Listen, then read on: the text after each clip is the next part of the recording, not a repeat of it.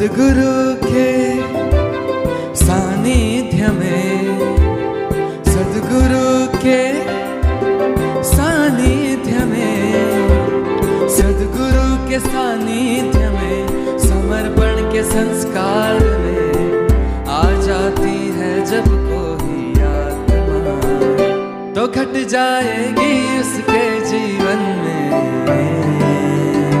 अनुभूतियाँ, अनुभूतियाँ, अनुभूतियाँ, अनुभूतियाँ।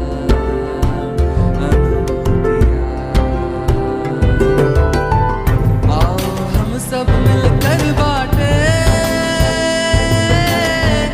ईशा समर्पण में अनुभूतियाँ। आओ हम सब मिलकर बाटे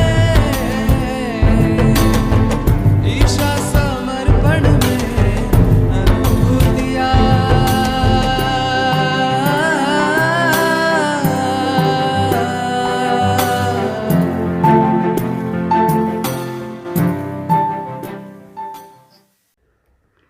मुलुंड के शिविर के पश्चात सितंबर के 3 सितंबर से 10 सितंबर के बीच में करमसद जो आणंद के बाजू में है, जो सरदार वल्लभ भाई पटेल का जन्म स्थान है, वहाँ पे एक शिविर का आयोजन हुआ था।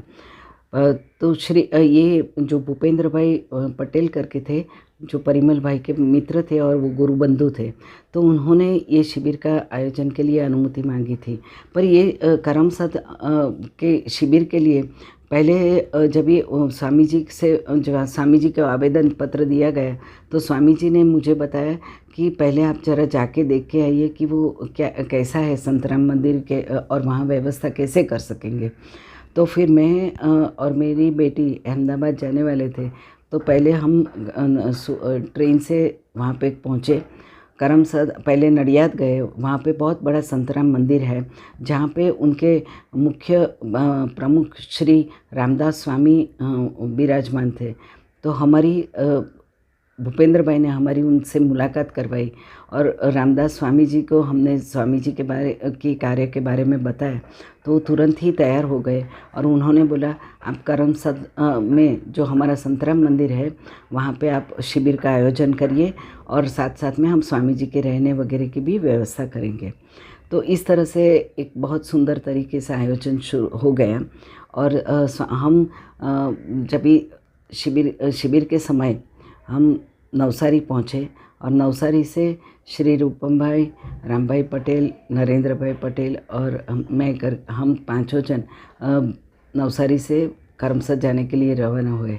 और बीच में हम नीलकंठेश्वर मंदिर, महादेव के मंदिर में गए थे और वहाँ पे स्वामी जी ने बताया कि नर्मदा नदी का किनारा है, बहुत ही अच्छे वाइब्रेशन है यहाँ पे। और फिर हम करमसद पहुँच गए।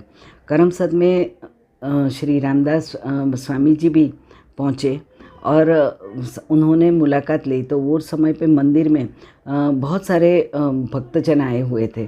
तो उनका एक ये था कि सभी लोग स्वामी जी को, रामदास स्वामी जी को आके पैर पड़ते थे। तो वो सारे लोगों ने उनके पैर छू के उनको पहले पैर छुए और बाद में स्वामी जी के पैर छुए। और इस तरह से कई सारे लोगों ने स्वामी जी के पैर छुए। बाद में स्वामी जी को बहुत अपने आप को तकलीफ़ हो गई, पर फिर भी स्वामी जी ने वो भी ओवरकम कर ली। और शाम को प्रोग्राम था, कई सारे संतराम मंदिर के संत और रामदास स्वामी जी के समेत एक दीप प्रज्वलन हुआ और शिविर की शुरुआत हुई। तो ये शिविर में वहाँ आनंद के इंजीनियरिंग के बहुत सारे स्टूडेंट, काफ़ी दूसरी अलग अलग शैक्षणिक संस्था के भी स्टूडेंट्स, वो सारे वहाँ पे आए हुए थे।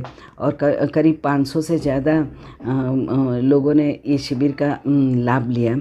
और शिविर के दरमियान एक बहुत ही अच्छी घटना भी हुई थी स्वामी जी के साथ में। तो क्या हुआ था कि नवसारी में कुछ साधक थे, जो कोई तो नवसारी में साधक का मित्र था, जिन्होंने पुस्तक पढ़ के अपनी कुंडलिनी शक्ति तो जगा ली थी, पर वो बीच में अटक गए थे। तो फिर वो जो साधक था तो उसने अपने रिलेटिव को बताया कि स्वामी जी करमसद में है, चलो हम लोग नवसारी से करमसद जाते हैं, स्वामी जी उसको ठीक करेंगे।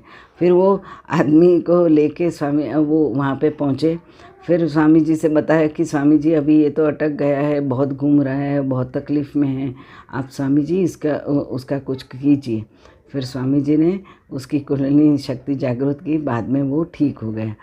तो ऐसी घटना हुई थी। और अंत में जो अंतिम दिन था वो समय भी काफ़ी सारे साधक लोगों ने को अच्छी अनुभूति हुई। और श्री रामदास स्वामी जी भी अंतिम दिन के दिन और कई सारे दूसरे संत स्वामी जी को पर्सनली मिले और स्वामी जी से जो इतनी अच्छी साधना के बारे में उन्होंने भी वो चैतन्य का लाभ लिया।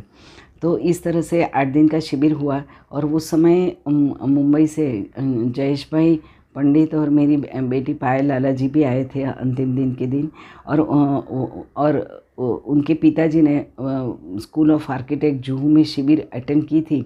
तो वो प्रेस के बहुत बड़े बिजनेस से जुड़े हुए थे और ख़ुद का प्रेस था उनका। और बड़ौदा में उनके प्रेस बड़ी हेड ऑफिस थी। तो उनकी इच्छा थी कि वडोदरा में स्वामी जी का शिविर हो।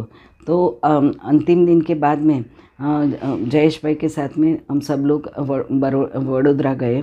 वहाँ पे एक दिन के लिए स्वामी जी ने परिचय टॉक का कार्यक्रम रखा गया वहाँ की मेडिकल कॉलेज के हॉल में।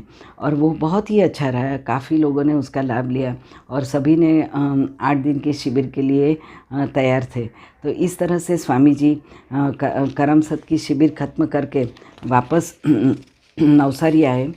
और नवसारी में गायत्री शक्तिपीठ बिलीमोरा वहाँ एक दूसरी शिविर लगाई गई थी। तो रामभाई पटेल के सहयोग में वो गायत्री परिवार से जुड़े हुए थे।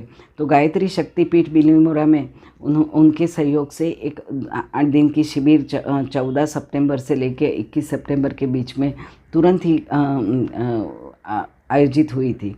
तो स्वामी जी वहाँ पे पहुँच गए और फिर वो शिविर के में गायत्री परिवार के बहुत सारे लोगों ने उसका लाभ लिया। पर वो उनका एक ऐसा अनुभव था जो स्वामी जी हमको बता रहे थे कि गायत्री का मंत्र अगर आपकी कुंडलिनी शक्ति जागृत नहीं हो और गायत्री मंत्र का जाप करते हो तो आपकी सूर्य नाड़ी है ना वो बहुत तेज़ हो जाती है। और फिर वो सूर्य नाड़ी तेज़ हो जाती है तो आपके शरीर में बहुत गर्मी भी पैदा होती है। तो स्वामी जी उस समय जब ये सिखा रहे थे मीन्स शिविर का चल रहा था, तो ये जो गायत्री परिवार के लोगों के अंदर में जो गर्मी थी वो स्वामी जी को बैलेंस करनी होती थी और फिर वो खुद को उनको बहुत तकलीफ़ होती थी। उसके बाद में सभी की कुंडलिनी शक्ति जब जागृत हो गई तो फिर एक बहुत अच्छी तरह से उनका जो गायत्री मंत्र का जाप कर रहे थे तो उनको भी एक बहुत अच्छी आध्यात्मिक स्थिति प्राप्त हुई। तो इस तरह से बिलीमोरा में सुंदर तरीके से शिविर का आयोजन हुआ था और गांव के बहुत सारे लोगों ने ये आध्यात्मिक शिविर का लाभ लिया।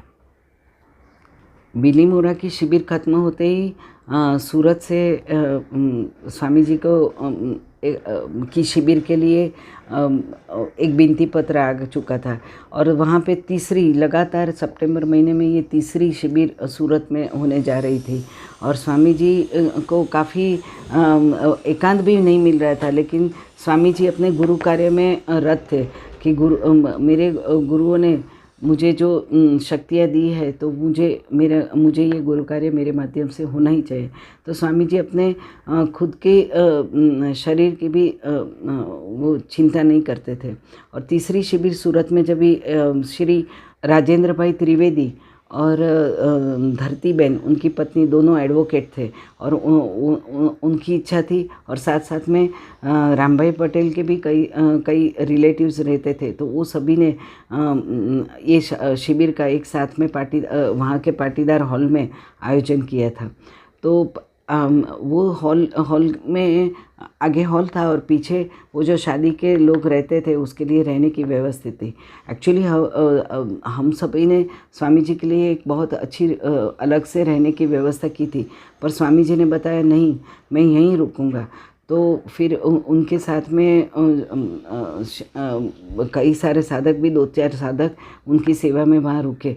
लेकिन स्वामी जी को इतनी गर्मी शरीर में हो रही थी, तो वो बर्फ़ की पाट मतलब मंगाते थे और उसके ऊपर पैर रखते थे, तो इतनी, और अपने आप को क्लीन करते थे। फिर वो दिन उन्होंने बताया भी था कि ये शादी का हॉल है और यहाँ पे सारे हार्ट चक्र के साधक, जो जिनका हार्ट चक्र के ब्लॉकेजेस है, वैसे साधक ज़्यादातर आ जाएंगे। फिर सही में आगे पहला दिन हुआ, वो दिन इतनी बारिश हो गई और पूरा वातावरण ऐसे शुद्ध और पवित्र हो गया। तो इस तरह से एकदम ज़ोर से स्वामी जी के माध्यम से वातावरण का भी, प्रकृति में भी क्लिनजिंग हो गया। और 800 से ज़्यादा लोग, ये सबसे ज़्यादा बड़ी शिविर यहाँ पे हुई थी। 800 से ज़्यादा लोगों ने ये शिविर में भाग लिया था। और श्री राजन भाई त्रिवेदी ने स्वामी जी को हार वगैरह पहनाया और शिविर की शुरुआत की। और फिर ये शिविर के दरमियान जब भी हार्ट चक्र का दिन था, तो वो दिन स्वामी जी सभी को ध्यान सिखा रहे थे। तो उस समय पे कई सारे ऐसे भी साधक इसमें शामिल हुए थे जो तंत्र विद्या वगैरह में कर रहे थे। तो वो जो तंत्र विद्या के कारण उनके अंदर में जैसे कोई ब्लॉकेजेस या जो भी था, तो स्वामी जी को वो दिन सभी की कुंडलिनी शक्ति जागृत करने से बहुत तकलीफ़ हुई थी। और उन्होंने बताया कि वो तांत्रिक लोग तंत्र विद्या का प्रयोग भी करने की कोशिश कर रहे थे। तो कहने का मतलब है कि जो स्वामी जी कर रहे थे वो हमें तो कुछ समझ में नहीं आ रहा था, हम बाकी का सारा कार्य हम करते थे, लेकिन स्वामी जी जो चित्त शक्ति से जिस तरह से सारे साधकों का क्लींजिंग हो रहा था, सारे साधकों के चक्र क्लियर हो रहे थे और उनकी कुंडलिनी शक्ति जागृत हो रही थी, वो सही में बहुत ही डिफ़िकल्ट था। इतना जो हमको दिखाई दे रहा था, इतना सरल स्वामी जी के लिए नहीं था। और उसमें स्वामी जी को शरीर पे भी काफ़ी परेशानियां होती थी, पर स्वामी जी कुछ भी हो अपने गुरु कार्य के साथ में जुड़े रहते थे और तकलीफ़ों को भी स्वामी जी बिल्कुल नज़रअंदाज नहीं करते थे। तो इस तरह से 8 दिन की शिविर बहुत ही अच्छे से हो गई और वहाँ पे बहुत बड़ा ध्यान केंद्र भी शुरू हो गया, जो आज सच में आज देखने को जाए तो सूरत में इतने सारे सेंटर चल रहे हैं। तो ये उसकी शुरुआत हुई थी इस तरह से सितंबर 2000 में। जय बाबा स्वामी।